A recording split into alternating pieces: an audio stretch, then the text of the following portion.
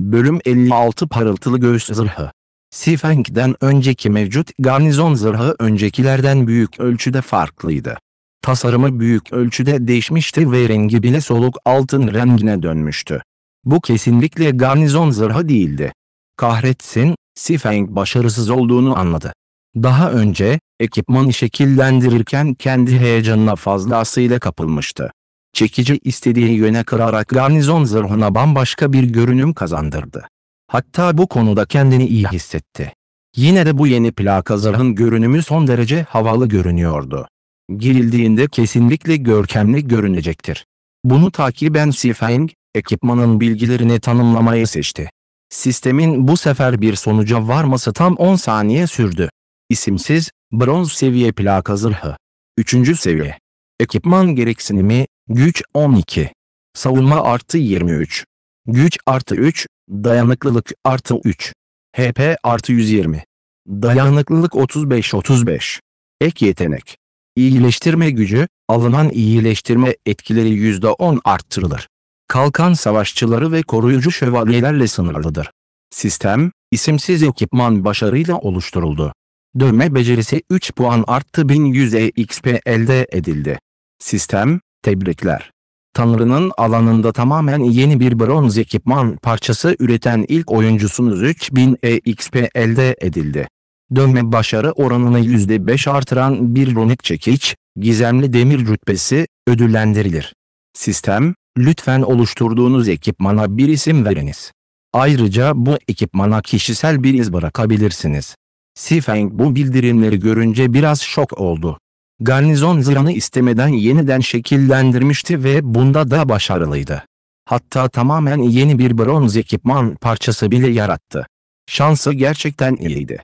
Bu ekipmanın nitelikleri zaten ortalama bir gizemli demir ekipman seviyesine ulaşmıştı. Keşke kullanılan malzemeler bu kadar fakir olmasaydı, kesinlikle gizemli demir ekipman haline gelirdi. God Sadomain'de oyuncular ekipman yaratabiliyordu. Ancak bu, başarılması son derece zor bir görevdi.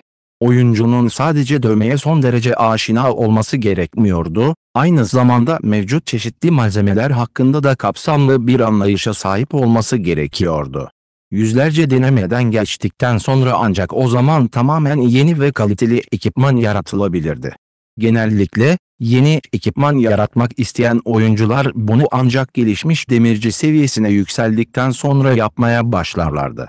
Sonuçta, usta demirci olmak için, bir oyuncunun sadece yeterliliğe ihtiyacı yoktu, aynı zamanda tamamen yeni 3 gizemli demir ekipman parçası ve ayrıca tamamen yeni bir gizli gümüş ekipman parçası yaratması gerekiyordu. Bir oyuncu ancak tüm bu koşullar sağlandıktan sonra usta forger olabilir. Bu durum nedeniyle usta forger olan oyuncular son derece nadirdi. Bu arada, Sifeng istemeden tamamen yeni bir bronz ekipman parçası yarattı. Elbette bu başarıya katkı sağlamada dövme kitabının etkisinin büyük payı vardı. Renk soluk altın rengine dönüştüğü ve donuk bir parıltı yaydığı için ona pırıltılı sandık parçası adını verelim. Sifeng hemen ekipmanın yeni adını doğruladı, daha sonra ekipmanın bir köşesine siyah bir alev izi bıraktı. Bu baskı bir sahtekarın ismine eşdeğerdi. Gelecekte, diğerleri bu sembolü gördüklerinde, bunu bileceklerdi: bu ekipmanın falanca usta tarafından yaratıldığını ve aynı zamanda sembol, başkalarının ekipmanın orijinal yaratıcısını tahrif etmesini engellemeye de hizmet ediyordu. Göz açıp kapayıncaya kadar ekipmanın bilgileri de değişti. Parıltılı göğüs parçası, bronz seviye plaka zırh. 3. seviye. Ekipman gereksinimi, güç 12. Savunma artı 23. Güç artı 3, dayanıklılık artı 3. HP artı 120. Dayanıklılık 35-35. Ek yetenek. İyileştirme gücü, alınan iyileştirme etkileri %10 arttırılır. Kalkan savaşçıları ve koruyucu şövalyelerle sınırlıdır. Glimmergestbiyeceğin sağ göğsünde siyah bir alevin işareti belirdi. Alev sürekli olarak kaybolarak Glimmergestbiyeceğin estetiğini daha da zenginleştirdi. Sistem, siyah alev baskısı başarıyla kaydedildi.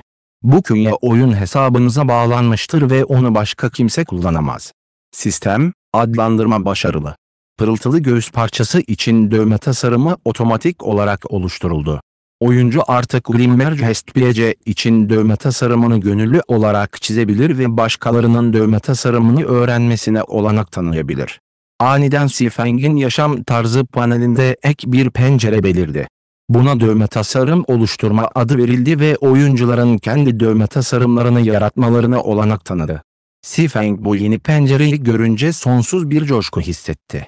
Orijinal bir şey yaratmanın faydası buydu. Sifeng'in bir kalemi ve çizim kağıdı olduğu sürece, parıltılı göğüs plakası için istediği kadar dövme tasarımı üretebilirdi.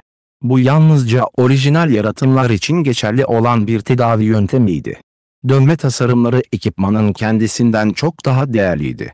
Sifeng'in önceki yaşamında sayısız usta dövmeci sürekli olarak çeşitli malzemeleri araştırdı ve yeni ekipman geliştirmek için her türlü yöntemi kullandı.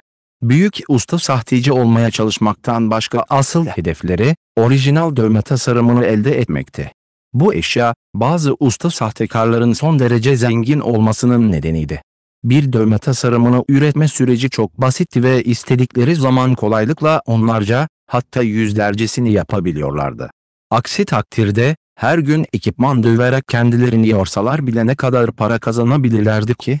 Glimmergest plate dövme tasarımı ile 10 altın para kazanmak küçük bir meseleydi. O zamanlar Sifeng'in 30 veya 40'a kadar altın para kazanması bile mümkündü. Sonuçta White River City'de çok fazla oyuncu vardı ve lonca sıkıntısı da yoktu. Daha sonra Sifeng, artık garnizon zırhlarını dövmek yerine Glimmergest platesi dövmeye devam etti. Her ikisinin de yapımı için aynı malzemeler gerekiyordu, ancak Glimmergest plate daha havalı bir görünüme sahipti ve hatta bir ek yetenekle birlikte geliyordu. Orijinal bir yaratımın başka bir faydası daha vardı. Kendi eserinizi oluştururken başarı oranı %10 artırıldı ve ekipmanın ek yetenek ile gelme şansı da daha yüksek oldu. Glimmergest plate'in şöhreti yayıldığı sürece Sifeng, dövme tasarımını satmakta hiçbir sorun yaşamayacaktı. Zaman yavaş yavaş geçti. Sifeng, ekipmanı döverken çevresinden tamamen habersizdi. Kalbi para düşünceleriyle doluydu. 1 altın, 2 altın, 3 altın. Tüm dövme odasında parça parça parlak altın ekipman birikmişti. Sifeng'in dövme odasını kiralamasının üzerinden 10 saat geçtiğinde sistemden yüksek sesli bir bildirim geldi. Ancak o zaman Sifeng aniden 10 saatin geçtiğini fark etti. Ancak kazanımları daha da şaşırtıcıydı. Toplam 142 parça ekipmanı başarıyla yaptı ve satın aldığı malzemeler neredeyse tükenmek üzereydi. Ekipmanın nitelikleri arasında bazıları iyi, bazıları kötüydü. Aralarındaki fark iyileştirici etkileriydi. Kötü olanlar %5, iyi olanlar ise %12 oranındaydı. İyileştirme etkisi %7'nin altında olan 76 parça, %7 ile %9 arasında iyileştirici etkisi olan 48 parça ve %10 ile %12 arasında olan 18 parça vardı. Bu ekipman parçaları Sifeng'in çanta alanının yarısından fazlasını doldurdu. Aynı zamanda Sifeng'in yeterliliği de büyük bir artış göstererek 514 puana ulaştı. Sifeng artık orta düzey dövme çırağı olmanın yarısına gelmişti. Sifeng bir göz atmak için ışınlanma küresini çıkardı. Şu anda biriktirdiği deneyim 150.000'e yakındı. Sifeng birkaç saat daha çaba göstermeye devam ettiği sürece $200.000 biriktirip hemen Ay Işığı Ormanı'na gidebilecekti. Sifeng'in EXP kazanma hızı, birinci sınıf loncaların lonca liderlerinden en az 2 ila 3 kat daha hızlıydı. Dövme Derneği'nden ayrıldıktan sonra Sifeng, müzayede evine koştu. Şu anda, ortalama oyuncuların çoğunluğunun zaten seviye 3'e yükselmiş olması gerekirken, birçok deneyimli oyuncunun seviye 4'e yükselmesi gerekirdi. Yalnızca uzman oyuncular seviye 5'e yaklaşıyor olabilirdi.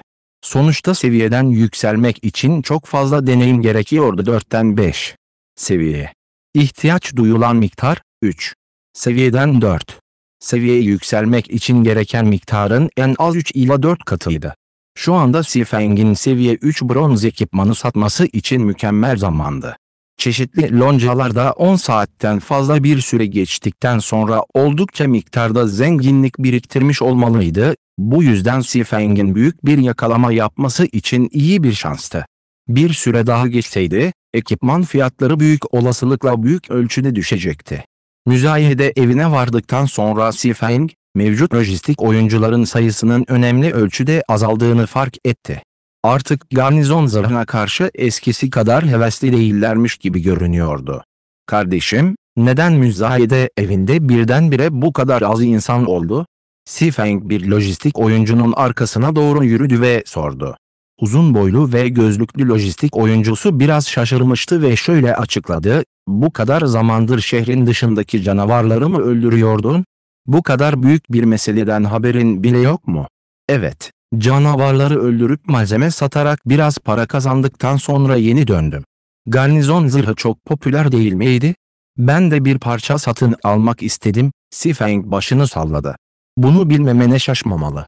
3 saat önce Hammer Trading adlı bir oyuncu çok sayıda seviye 3 bronz plaka zırh ekipmanı satmıştı.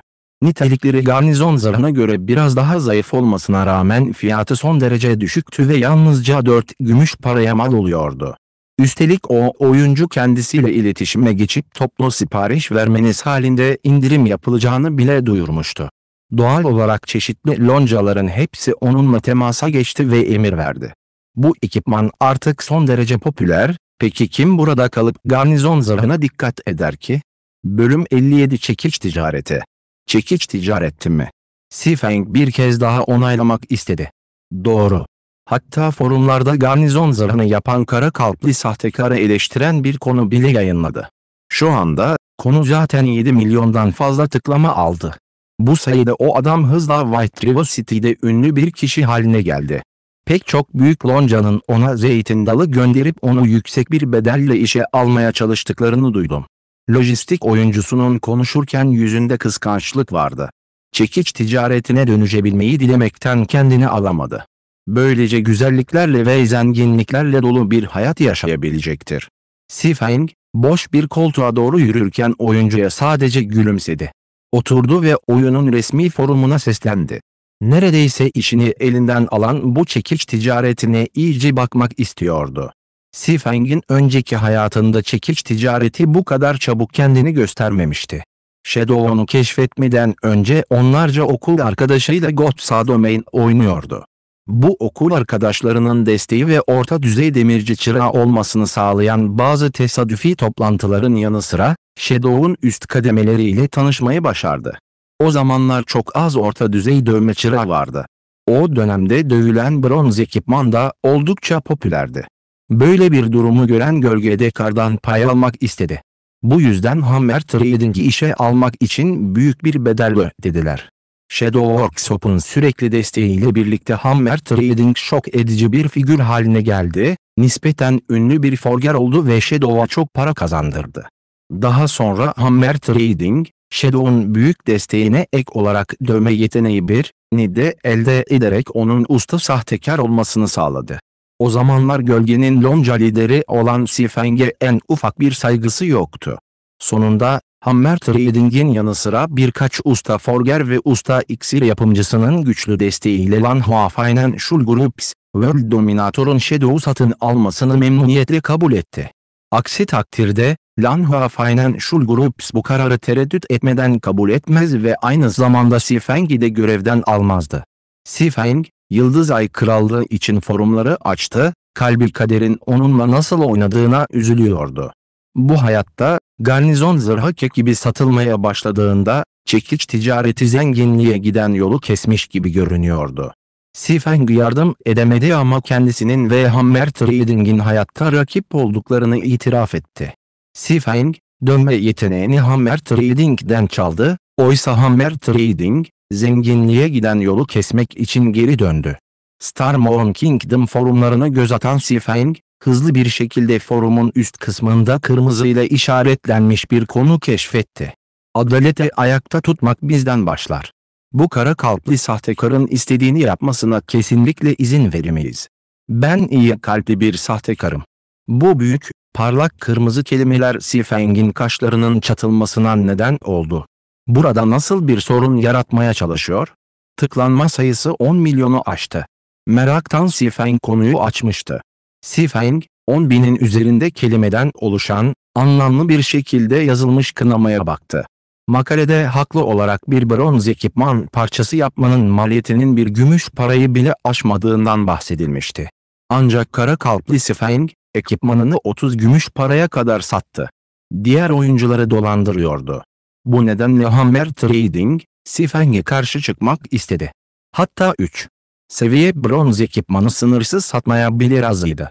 Ancak başarısızlık oranları nedeniyle, yapım maliyetini geri almak için bunları parça başına 4 gümüşe satmaktan başka seçeneği yoktu. Bu makale birçok oyuncunun desteğini aldı. Hepsi artık garnizon zırhını satın almayacaklarını ve Hammer Trading'in iyilik eylemlerini destekleyeceklerini açıklamışlardı. Sifeng makalenin tamamını okuduktan sonra suskun kaldı. Makalenin tamamı, Hammer Trading'in kendi benliğini yüceltirken, onun itibarına leke sürmeye çalışıyordu. Aynı zamanda Hammer Trading kendisinin de bronz ekipman dövebileceğini belirtmek istedi. Açıkça Sifeng'i kendi değerini ve şöhretini yükseltmek için bir basamak olarak kullanmaya çalışıyordu. Pek çok büyük loncanın kendisine zeytin dalı uzatmasına izin vermek ve karşılığında kendi değerini yükseltmek istiyordu. Ancak Sifeng, Hammer Trading'in başarılı olduğunu kabul etmek zorunda kaldı. Şöhreti bir anda artmakla kalmamıştı, aynı zamanda birçok ikinci sınıf lonca da ona davetiye göndermişti. Hatta Hammer Trading ile işbirliği konularını tartışmaya istekli birkaç birinci sınıf lonca bile vardı. Kahretsin, sadece zenginliğe giden yolumu kesmekle kalmadı, beni hala bir basamak olarak mı kullanmak istiyor? Sifeng artık 2 ömrü boyunca öfkesini tutamadı. Çekiç ticaretine düzgün bir şekilde bir ders vermek istiyordu. 3. seviye bronz ekipmanı sınırsız satmanın harika olduğunu mu düşünüyordu? Sifeng'i bir basamak olarak kullanmaya çalışmadıysa çekiç ticareti ile herhangi bir ilişki kurmak istemiyordu. Ancak artık Sifeng'i kışkırttığına göre uygun bedeli ödemeye hazır olması gerekiyordu. Sifeng, Hammer Trading tarafından sağlanan açıklamalara ve rakamlara baktığında bunun çok komik olduğunu hissetti. Temel dövme çırakları, seviye 3 bronz ekipmanın bir parçasını döverken yalnızca %5'lik bir başarı oranına sahipti. Ancak Hammer Trading tarafından sağlanan rakamlara bakıldığında onun sadece bir bronz ekipman parçası için dövme tasarımına sahip olmadığı görülebiliyordu. Ayrıca dövme başarı oranını artıran bir eşya elde etmiş olmalı.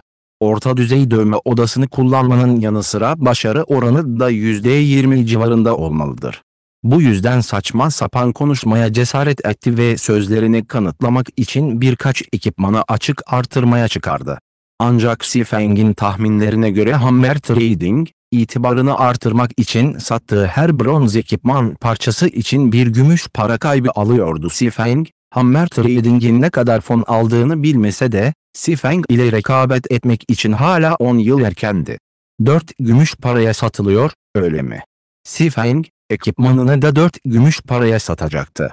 Felsefe taşı ve dövme kitabına sahipti, dolayısıyla ilk maliyeti 10 bakırın biraz üzerindeydi. Korkunç başarı oranı da dahil olmak üzere Sifeng, son gülen kişinin kim olduğunu görmek için sabırsızlanıyordu. Sifeng hiçbir şeyi saklamadan hemen forumda isimsiz bir konu yayınladı. Makalenin başlığı müzayede evinde şok edici derecede yüksek kaliteli plaka zırhıydı. Daha sonra müzayede evinin arayüzünü çağırdı ve en kötü Glimmergeist platin 20 parçasını müzayedeye koydu. Pırıltılı göğüs plakasındaki iyileştirme gücünün, bir zindanın içindeyken metiler üzerinde dikkate değer bir etkisi vardı. Garnizon zırhı ile karşılaştırıldığında daha da iyiydi. Hammer Trading'in Savage Plate ile karşılaştırıldığında 2 kattan fazla daha iyiydi. Oyuncular Glimmergeist Plate'yi gördüklerinde doğal olarak hangi ekipmanı seçeceklerini bileceklerdi. Çekiç ticaret, ünlü olmak istemedin mi? Süper ünlü olmana izin vereceğim. Seni bir ünlüye dönüştüreceğim. Sifeng, arayüzü kapatırken soğuk bir sırıtış ortaya çıkardı. Arkasına döndü ve müzayede evinden ayrıldı, taşları ve sert taşları satın almak için dışarıda bir tezgah kurdu. Sifeng konuyu yayınladıktan 2 dakika sonra, birkaç oyuncu Sifeng'in gönderisini fark etti. Ortalama oyuncular yüksek kaliteli ekipmanlara hala çok dikkat ediyorlardı. Şu anda ortalama bir oyuncunun, yüksek kaliteli ekipmanın yanı sıra bir bronz ekipman parçası bile yoktu. Doğal olarak bir göz atmak istediler. Bu oyuncular müzayede evine vardıkları anda gördükleri karşısında şaşkına döndüler. Parıltılı göğüs plakasının nitelikleri, özellikle de iyileştirme gücü fazlasıyla iyiydi. Bu kesinlikle bir zindanın içindeyken bir MT için en sevilen yetenekti. Niteliklere bakmayı bitirdikten sonra oyuncular onu giymeyi denemeyi seçtiler. Glimmer Chestplate'i takarken kendi görünümlerine baktılar. Kalıpları, gösterişli şekilleri ve hatta vücutlarından yayılan hafif bir ışıltıya düzene sokun. Ayrıca sol göğüslerinde titrek siyah bir alev vardı. Kesinlikle harika görünüyorlardı. Sanki yiğit ve güçlü pırıltılı göğüs zırhını takarken efsanelerin kahramanları haline gelmişlerdi. Daha sonra satış fiyatına baktılar. Aslında sadece 4 gümüş paraya ihtiyaç vardı. Bu oyuncular gözlerine inanamadılar. Bu tür üst düzey ekipmanları yalnızca 4 gümüş paraya satılıyordu. Eğer satın almazlarsa, kendi hayatlarına zarar vermiş olacaklar. Üstlerinde fazla para olmasa bile Glimmer Chestplate'i satın almak için sahip oldukları her şeyi feda etmeye hazırdılar. 15 dakika gibi kısa bir sürede Sifeng'in gönderisi forumun konusu haline geldi. Glimmer Chestplate'in bilgilerini ve görünümünü yayınlayan oyuncular bile vardı, ekipman anında herkesin nidasını uyandırdı. Kalkan savaşçıları ve koruyucu şövalyeler, bu üst düzey ekipmanı hemen o anda elde edebilmeyi dilemekten kendilerini alamadılar. Ancak müzayede evine gidip satın almak istediklerinde, ekipmandan sadece 4 parça kalmıştı. Üstelik bu parçaların her birinin fiyatı 6 gümüş paranın üzerindeydi.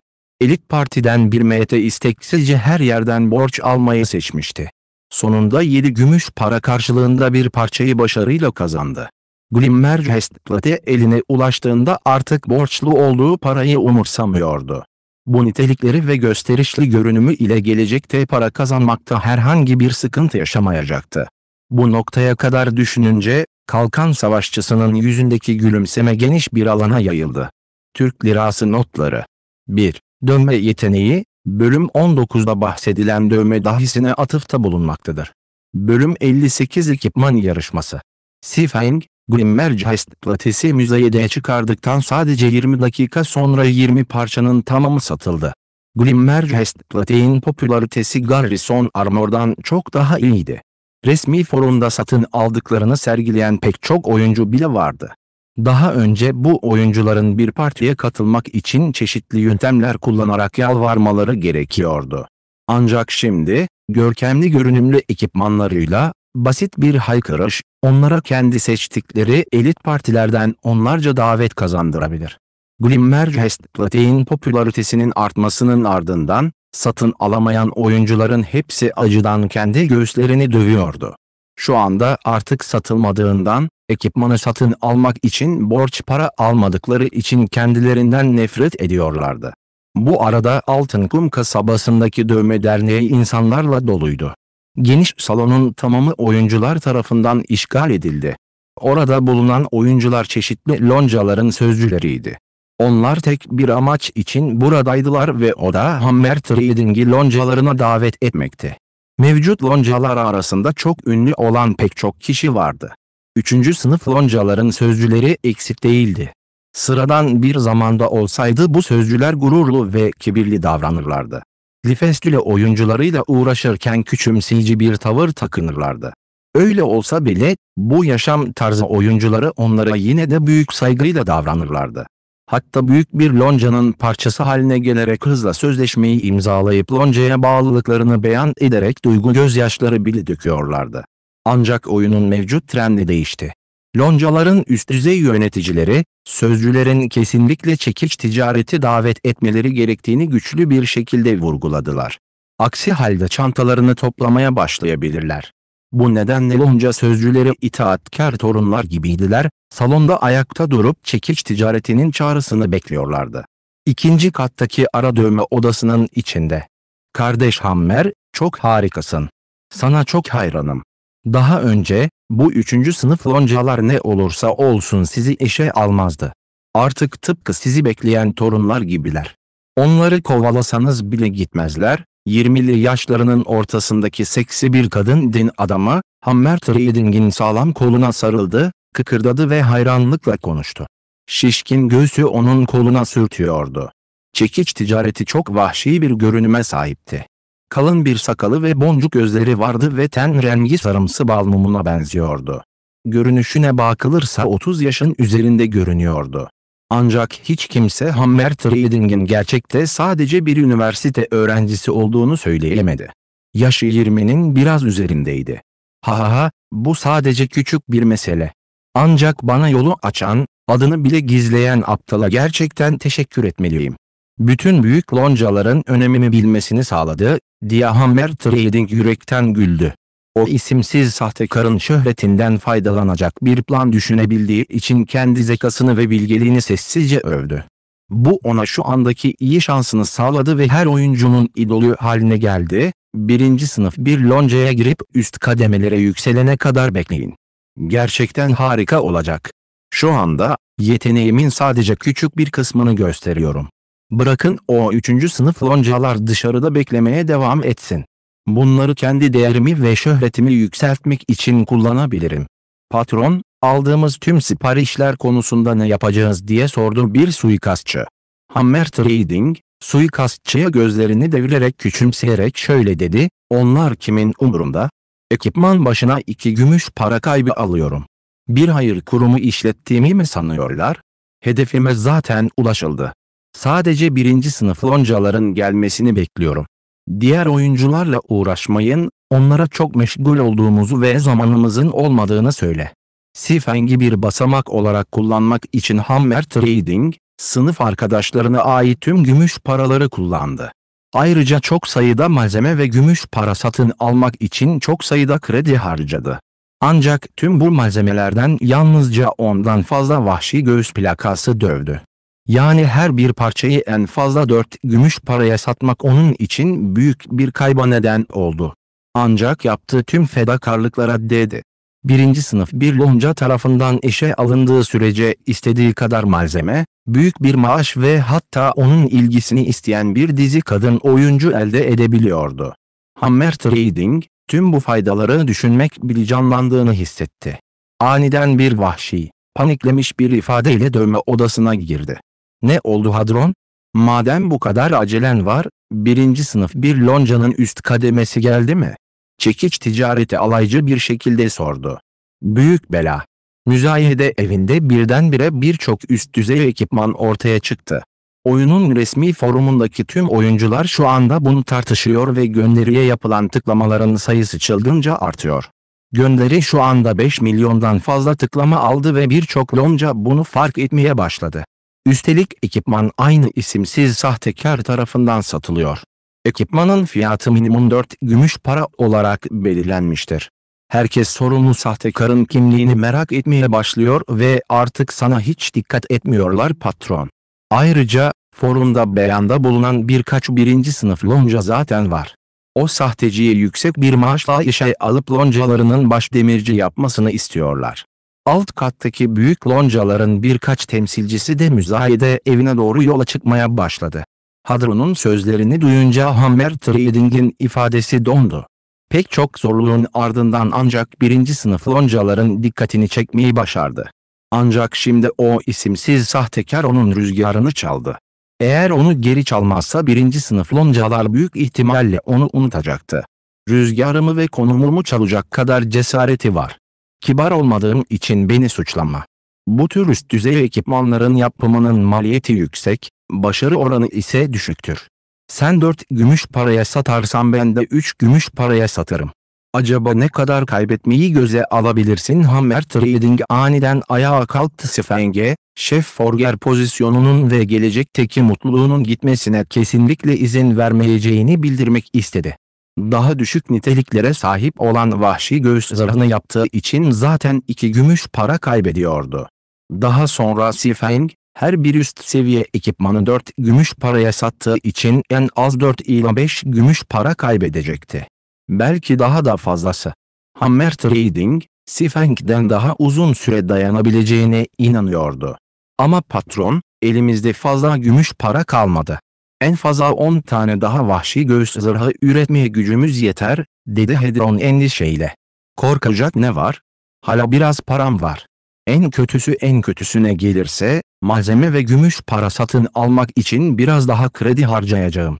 O küçük piçten kurtulabileceğime inanıyorum. O küçük piç sattığı her ekipman için bizimkinin en az 2 ya da 3 katını alıyor.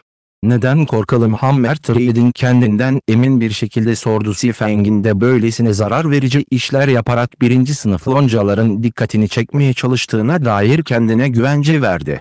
Ancak kesinlikle son şampiyon olacaktı. Bir saat sonra White River City müzayede evinde birkaç vahşi göğüs plakası daha göründü. Minimum satış fiyatı her biri 3 gümüş paraydı. Aynı zamanda oyunun resmi forumunda yeni bir gönderi ortaya çıktı.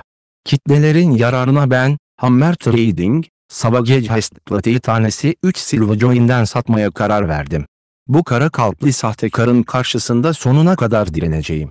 Destek talep ediyoruz. Teşvik istiyoruz. Aniden, bir oyuncu dalgası gönderiyi takip ederek onu forumun tepesine gönderdi. Her biri Hammer Trading'in nazik eylemlerini destekledi. Bu olay sonucunda White River City'nin tamamında hareketlilik yaşandı. Herkes bunun bronz ekipman dövme yeteneğine sahip iki sahteci arasındaki rekabet olduğunu anlamıştı. White River City'deki her oyuncu beklentiyle izledi. Sonuçta bu değişimden kar elde edecek olanlar kesinlikle kendileri, yani oyuncular olacaktır. Bronz ekipmanı düşük bir fiyata satın alabilmeleri çok uzun sürmeyecekti. Çeşitli loncalar da artık niyetlerini ifade etmeden kenarda izlemeye başladı. Hepsi son galibi bekliyorlardı, aynı zamanda da tüm ekipmanı satın alıp loncalarının gücünü geliştiriyorlardı. Ancak Sifeng'in kendisi bu konuyu bilmiyordu. Taşları ve sert taşları satın almayı yeni bitirdi. Müzayede evine girdikten hemen sonra oradaki oyuncu sayısının bir kez daha arttığını keşfetti. Ancak o zaman bu olaydan haberdar oldu. "Kavga mı etmek istiyorsun?" Sifeng hafifçe gülümsedi, "O zaman gel."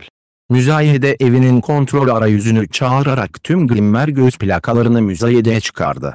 Her saat başı 20 adet satılmak üzere görevlendirdi ve toplamda 120 adet Glimmer Hastplat'e sattı. Böyle bir sayı kesinlikle Hammer Trading'e eziyet etmek için yeterliydi. Daha sonra Sifeng, Glimmer Hastplat'in satışından kazandığı parayı sert taşlar ve kart setleri satın almak için kullandı. Tüm bu eşyaları satın aldıktan sonra Sifeng aniden hala bir altın paradan biraz daha fazlasına sahip olduğunu keşfetti. Sifeng zaman zaman sistemden bir bildirim alırdı. Başka bir Glimmer Hastplat'in satıldığını ve çantasına bir miktar gümüş paranın yatırıldığını belirtiyordu. Sifeng, ne kadar çok gümüş para harcarsa o kadar çok gümüş paraya sahip olduğunu hissetti. Miktarı en ufak bir azalmaya benzemiyordu. Sifeng, gümüş paralarının bir kısmını ticaret merkezinde satmayı ve onu gerçek hayatta harcayacak bir miktar parayla değiştirmeyi düşündü. Bu gümüş paralara tutunmaktan çok daha iyiydi. Türk lirası notları. 1. Ticaret merkezi, burası oyundaki ticaret alanı değil. Bu, gerçek hayattaki para, krediler, karşılığında jetonları, öğeleri satabileceğiniz, satın alabileceğiniz oyun para birimi ve öğeler için çevrimiçi bir pazar gibi bir şeydir. Bölüm 59 Menekşe Bulutu. Her ne kadar Sifeng ekipman satarak rahatlıyor olsa da Hammer Trading öyle değildi. Sifeng ile rekabet edebilmek için Hammer Trading sürekli olarak yeni Savage Hastplat'ler dövüyordu. Elindeki gümüş paralar bir anda kaybolduğundan bakırdan hiçbir farkı yoktu. Hammer Trading ayrıca daha fazla gümüş para satın almak için kredi harcamak zorunda kaldı ve bu ona büyük bir gönül yarası verdi. Ancak Sifeng'in ondan çok daha fazlasını harcadığını düşündüğünde kalbi çok rahatladı. Sifeng'in iflas etmesini istedi. Bu arada Sifeng, hareketli müzayede evinden ayrıldı. Topladığı tüm kart setlerini ve sert taşları deposunda depolayarak bankaya geldi. Sifeng, deposunun 1000'den fazla yuvasına bakarken son derece heyecanlıydı. Bu, reenkarne olmanın faydasıydı. Önceki hayatında bu eşyalar yüzünden perişan bir haldeydi.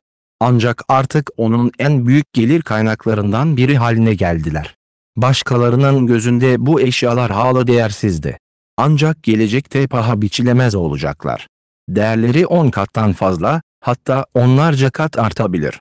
Bu özellikle kart setleri için geçerliydi. Tam bir set, tek bir parçadan onlarca kat daha değerli olacaktır. Öyle olsa bile, büyük loncalar bunları elde etmekte hala zorlanırdı. Eşyaları depolamayı bitirdikten sonra Sifeng, markete bir gezi yaptı. 5 yığın beyaz kağıt ve 1 yığın kalem ve mürekkep satın aldı. Bu iki ürün marketten son derece düşük fiyatlarla satın alınabilir. 200 white paper yığını yalnızca 10 joppercoin karşılığında satılırken, 20 şişe black ink yığını 15 joppercoin karşılığında satılıyor. En iyi tüylü kalem de yalnızca 20 bakır karşılığında satılıyor. Öyle olsa bile, Sifeng'in sıradan satın alma ortalama bir oyuncunun günlük gelirini çok aştı. Ortalama bir oyuncunun bu şekilde harcama yapması kesinlikle mümkün değildir. Ancak Sifeng'e göre bu bakır paralar artık para olarak kabul edilemezdi. Üstelik bu eşyaların hepsi dövme tasarımları yapmak için gerekliydi. Sifeng, 10 gümüş paraya mal olsa bile yine de onları satın alırdı. Eşyaları satın aldıktan sonra Sifeng, dövme birliğine yöneldi. "Efendim, serinletici bir içecek ister misiniz? Burada Red Leaf kasabasındaki en iyi meyve suyu var.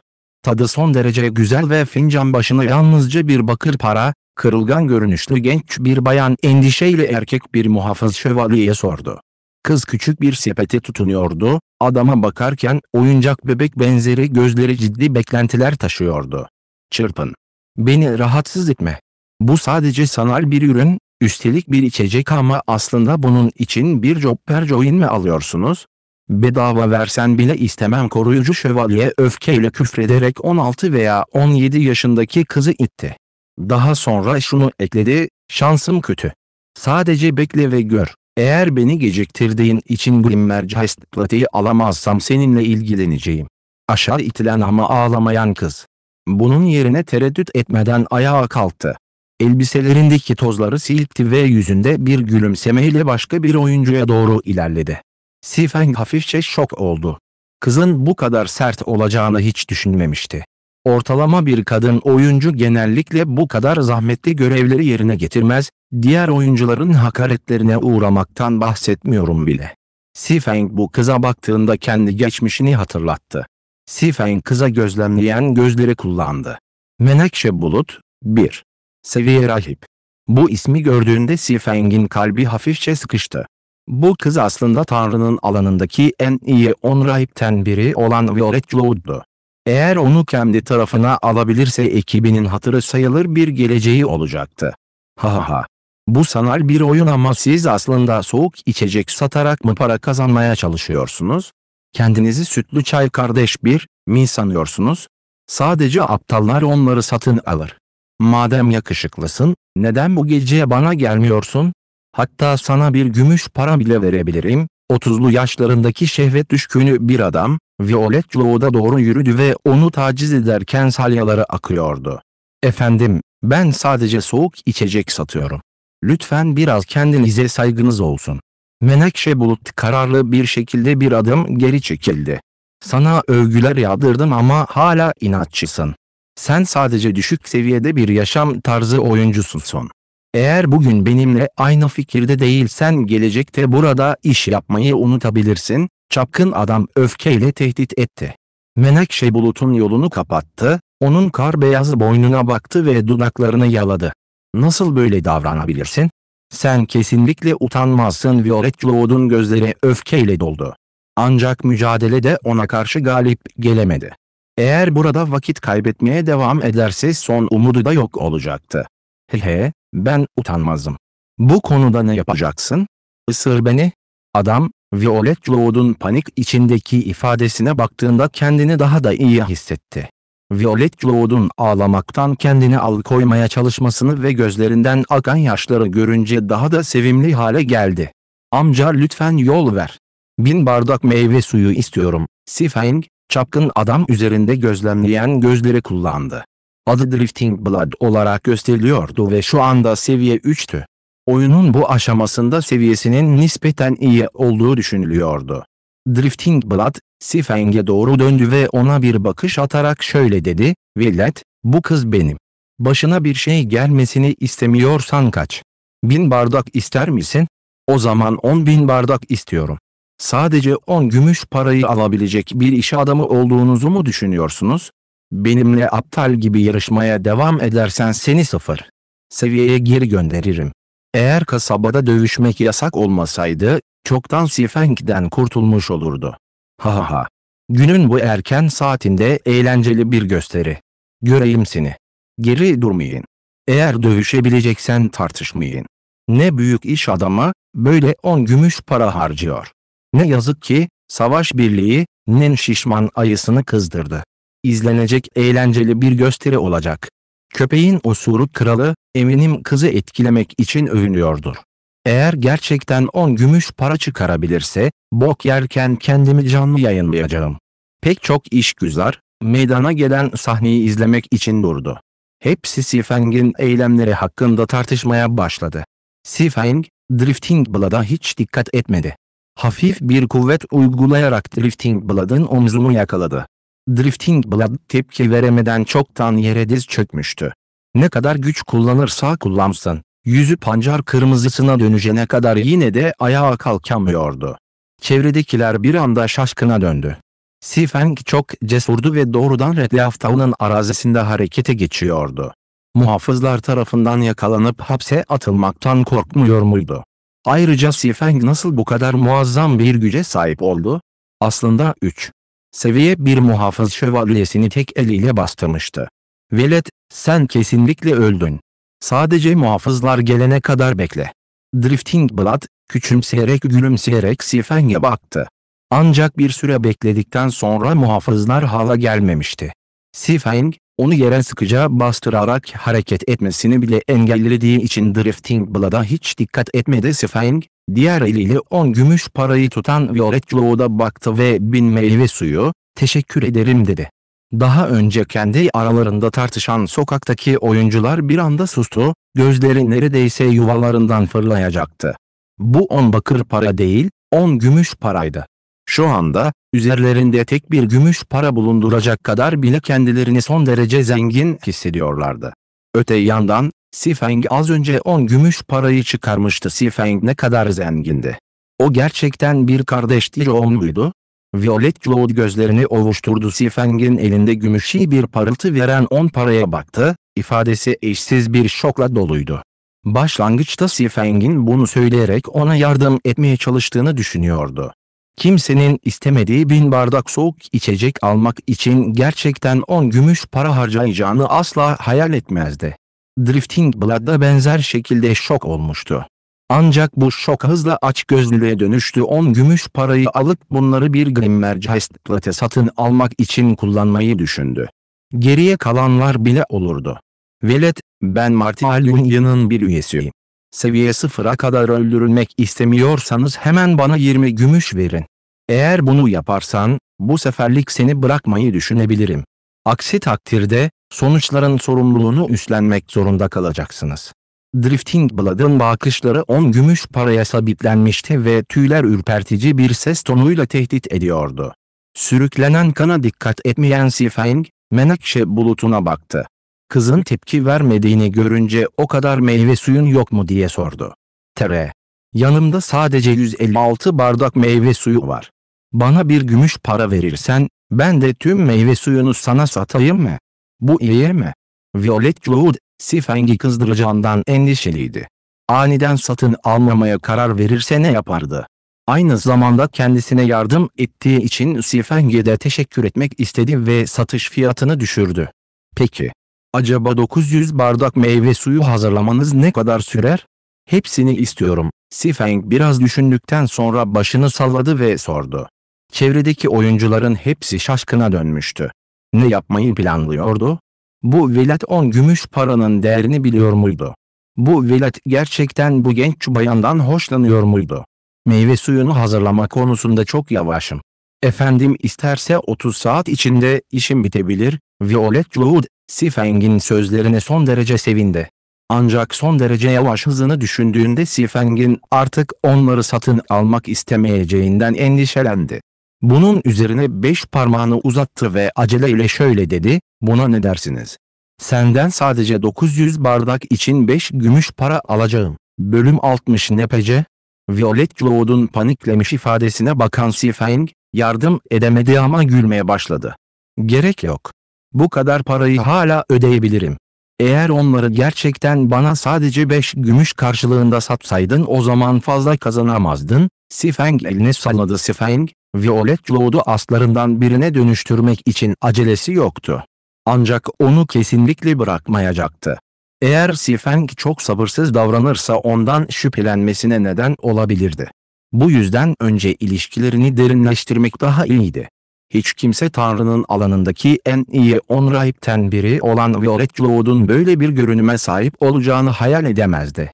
Bir rahip tanrısı. Bu gerçek bir altı kademe işiydi. Aradan 10 yıl geçtikten sonra bu standarda ulaşan yalnızca birkaç kişi vardı. Fantasio Extinguis her bile 10 yıl sonra seviye 5'in zirvesinde olan bir ruh aziziydi. Ancak gelecekteki bir rahip tanrısı olan Violet Cloud, aslında oyunun ilk dönemlerinde bir yaşam tarzı oyuncusuydu. Bu çok büyük bir yetenek israfıydı. Normalde Tanrı'nın alanında, yalnızca herhangi bir beceriye sahip olmayan oyuncular, canavarları öldürmek dışındaki yöntemlerle para kazanırdı.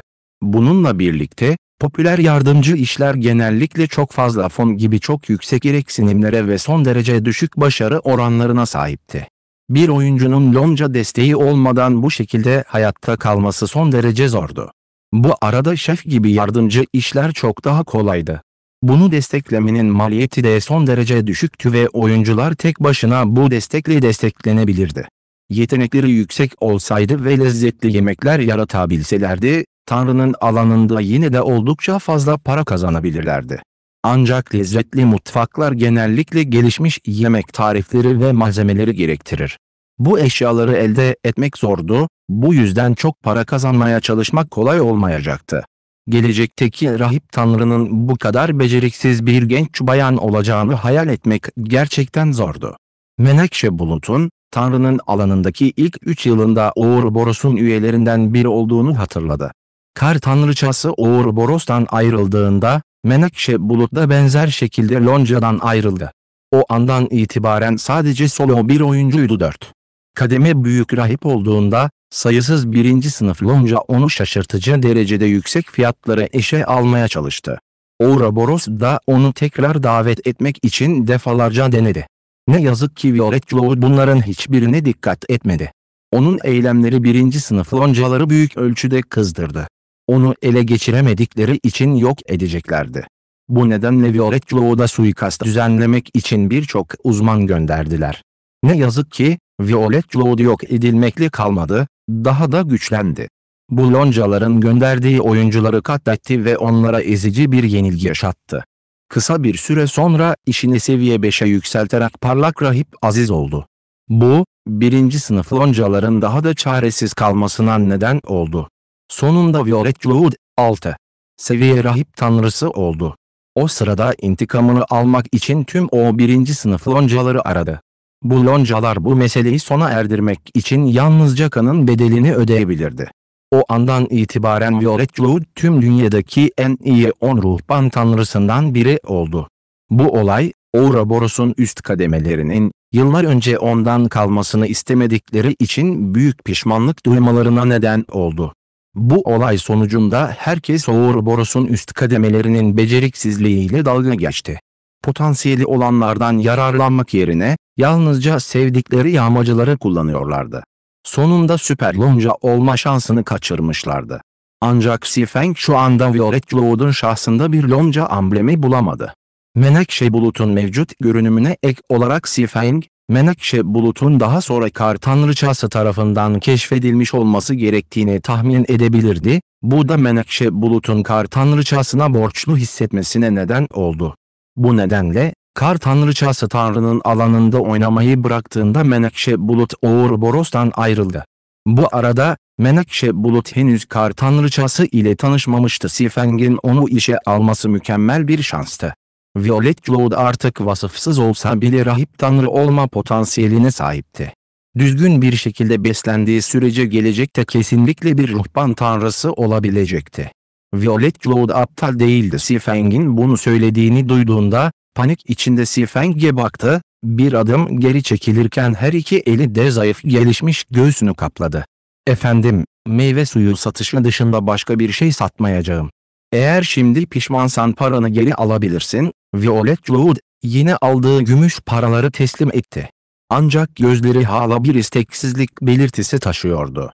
Umutsuzluğa kapıldığı sırada birdenbire ortaya çıkan biri 1000 bardak meyve suyu almak istediğini söyledi. Üstelik maaşından kesinti yapmadan 30 saat beklemeye bile razıydı. O, ölene kadar dövülse bile Sifeng'in hiçbir gizli amacı olmadığına inanmazdı. Menekşe bulutunu unutun, çevredeki oyuncular bile buna inanmazdı. Eğer Sifeng'in herhangi bir gizli amacı yoksa neden onu kurtarsın ki? İstenmeyen içecekleri satın almak için 10 gümüş para bile harcadı. Sifeng, Violet Joud'un ihtiyatlı ifadesine ve eylemlerine baktı. Daha sonra onun pürüzsüz, düz göğsüne baktı ve aniden güldü. Her şeyi fazla düşünüyorsun. Gerçekten sizin düzlüklerinize karşı hiçbir ilgim yok. Bu kadarını sırf meyve suyunu kullandığım için alıyorum.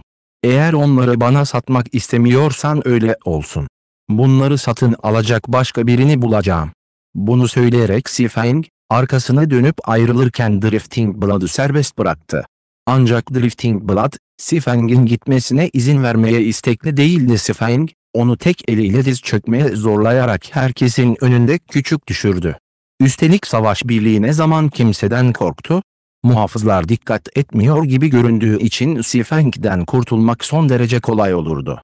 Böyle düşünerek Drifting Blood bir silah çıkardı ve Sifeng'e hücumu kullandı. Sifeng, hassas 5 duyusu ile doğal olarak Drifting Blood'ın eylemlerini biliyordu. Sifeng onunla yüzleşmek için döndü. Abyssal Blade'i çıkardı ve savuşturmayı kullandı. Lanet olsun. Drifting Blood'ın büyük kılıcı Sifeng'in kılıcına saldırdı. Ancak Sifeng'i incitmek yerine Drifting Blood 3 yarda geri savruldu. Elindeki büyük kılıcın dayanıklılığı anında 2 puan azaldı ve Sifeng'e şok içinde baktı. Sifeng gibi bir kişinin nasıl bu kadar büyük bir güce sahip olabileceğini anlamadı. Sifeng insan derisine bürünmüş bir canavar gibiydi. Çevredeki oyuncular da aynı şekilde şok oldu. Drifting Blood bir vahşiydi, bu yüzden kesinlikle çok fazla güç puanı eklemiş olmalı. O da Sifeng'e benzer şekilde seviye 3'teydi, peki aralarındaki fark nasıl bu kadar büyük olabilir? Ancak bu oyuncular bunun hala Sifeng'in gerçek gücünün yalnızca yarısı olduğunu bilmiyorlardı. Sonuçta Sifeng, seviyesindeki her artış için 6 serbest özellik puanı kazanabiliyordu. Ortalama bir oyuncunun 1,5 katıydı. Sifeng'in vücudunun bronz ve gizemli demir ekipman tarafından korunduğundan bahsetmiyorum bile. Güçlü büyülü silah bile vardı.